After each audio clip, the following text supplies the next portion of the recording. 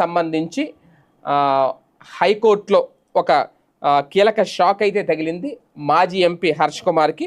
ఎందుకు అంటే ఆయన ఇప్పటికే 2 పిల్లులు దాఖలైనవి అట ఈ పాస్టర్ ప్రవీణ్ కేసుకు సంబంధించి.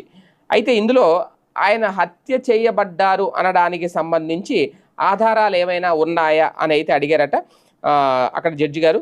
పాస్టర్ ప్రవీణ్ పగడాల హత్యకు గురయ్యారు అనేందుకు మీ దగ్గర ఆధారాలు ఉన్నాయా అనేది మాజీ ఎంపీ హర్ష్ కుమార్ని హైకోర్టు సూటిగా ప్రశ్నించింది. మద్యం దుకాణం వద్ద ప్రవీణ్ ఉన్నట్లు ఫోటోలు, ఆ తర్వాత వాహనం నడిపినట్లు ఆధారాలు ఉన్నాయని, ఆ 2 చర్యలు ప్రమాదకర కలయిక అంటే డేంజర్ కాంబినేషన్ అని వ్యాఖ్యానించింది. పిల్లు వేయడానికి మీరేమి ప్రవీణ కుటుంబ సభ్యులు కాదు కదా అని కూడా ప్రశ్నించిందట. ఇప్పటికీ ఈ వ్యవహారంపై 2 పిల్స్ దాఖలయ్యాయని, మరో పిల్లు వేయాల్సిన అవసరం ఏముందని వ్యాఖ్యానించింది. అందుకే హైకోర్టు రిజిస్ట్రీ వద్ద 2 వారాల్లో 5 లక్షలు జమ చేయాలని హర్ష్ కుమార్ని ఆదేశించిందట. సొమ్ము జమ చేశాక పిల్పై విచారణ జరుపుతామని స్పష్టం చేసింది.